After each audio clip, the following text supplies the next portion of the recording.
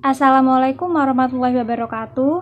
Sebelumnya, perkenalkan, nama saya Indah Melana, NIM 20410503003.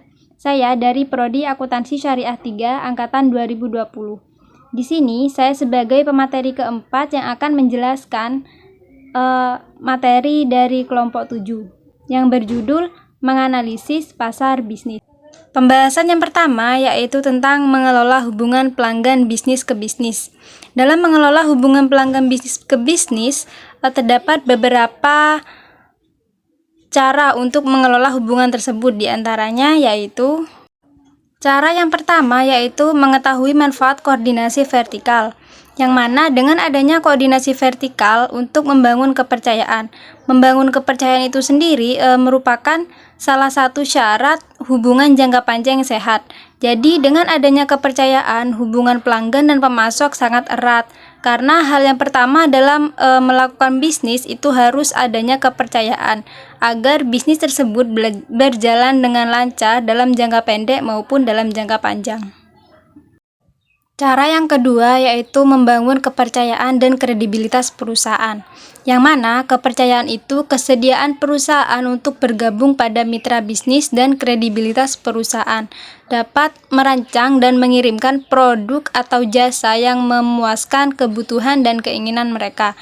Jadi, hal yang pertama harus membangun kepercayaan terlebih dahulu antara pelanggan dan pemasok agar bisnis berjalan dengan lancar. Dan hal yang kedua yaitu membangun kredibilitas perusahaan agar produk dan jasa yang dikirimkan oleh perusahaan bisa memuaskan kebutuhan dan keinginan mereka. Selain itu, kredibilitas perusahaan juga tergantung pada 3 faktor. Nah, 3 faktor diantaranya yaitu yang pertama, keahlian perusahaan, di mana keahlian perusahaan itu merupakan tingkat di mana perusahaan dipandang mampu membuat dan menjual produk atau menjelaskan jasa mereka. Dan yang kedua yaitu kepercayaan perusahaan, yang mana perusahaan itu harus memiliki tingkat kepercayaan yang tinggi karena perusahaan dipandang termotivasi untuk jujur, dapat diandalkan, dan sensitif dengan kebutuhan pelanggan. Yang ketiga yaitu keramahan perusahaan, yang mana perusahaan itu harus memiliki tingkat keramahan, di mana perusahaan itu dipandang ramah, menarik, bergaransi, dan lain-lain. Jadi dengan adanya 3 faktor tersebut, kredibilitas perusahaan akan berjalan dengan baik. Selanjutnya, cara yang ketiga yaitu mengetahui hubungan bisnis, risiko, dan oportunisme. Dalam ikatan pelanggan penjual yang menggunakan investasi khusus juga mempunyai risiko besar bagi pelanggan maupun pemasok. Investasi khusus di sini merupakan pengeluaran yang dirancang khusus untuk perusahaan tertentu dan mitra rantai nilai. Investasi ini membantu perusahaan menambahkan laba yang besar, tetapi resiko juga sangat besar. Ketika pembeli tidak dapat mengamati kinerja pemasok dengan baik, pemasok dapat berbuat curang.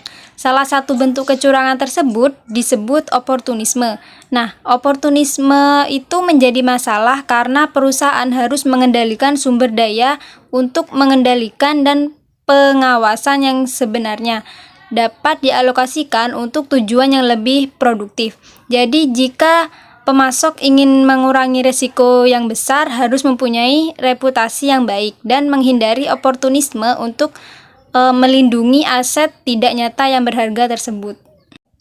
Pembahasan yang kedua yaitu tentang pasar lembaga dan pasar pemerintah. Di sini dijelaskan tentang pengertian pasar lembaga dan pasar pemerintah. Yang pertama yaitu pengertian dari pasar lembaga. Pasar lembaga merupakan pasar di mana pasar tersebut sebagai tempat untuk menjual beli yang bertempatan di suatu tempat tertentu. Pasar lembaga ini terdiri dari sekolah, rumah sakit, rumah perawatan, penjara, dan lain-lain. Jadi pasar lembaga ini yang menyediakan barang dan jasa bagi orang-orang di dalam penanganan mereka. Seperti halnya dalam penjara. Nah, dalam penjara ini ada seseorang yang menjual produk atau jasanya untuk orang-orang yang ada di penjara tersebut.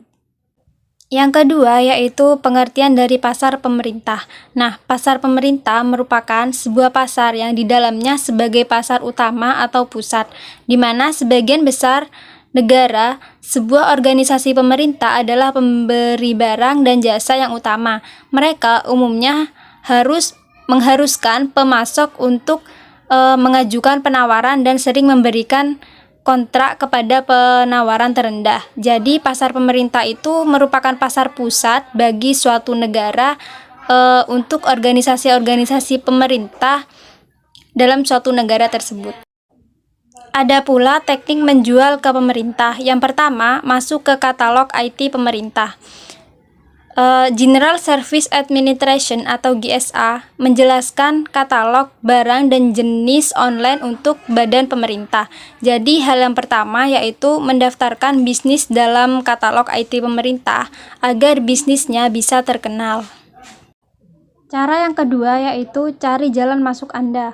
Untuk memaksimalkan probabilitas yang diperlukan oleh bisnis besar untuk memuaskan bisnis kecil, pastikan kontraktor dapat menemukan Anda. Bertahan di puncak untuk sebuah kontrak kerja dan menjelaskan sudut pandangnya. Jadi, cara yang kedua yaitu mencari jalan masuk untuk memperkenalkan sebuah produk yang dimiliki dan menjelaskan hal-hal yang penting untuk memaksimalkan probabilitas perusahaan tersebut. Cara yang ketiga yaitu membangun jaringan secara aktif.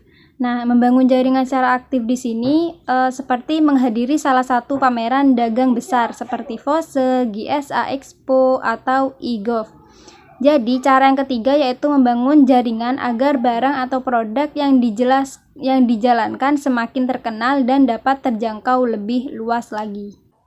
Mungkin cukup sekian pemaparan materi dari saya. Jika ada tutur kata atau ucapan saya yang kurang berkenan, saya mohon maaf. Terima kasih. Wabillahi taufik wal hidayah. Wassalamualaikum warahmatullahi wabarakatuh.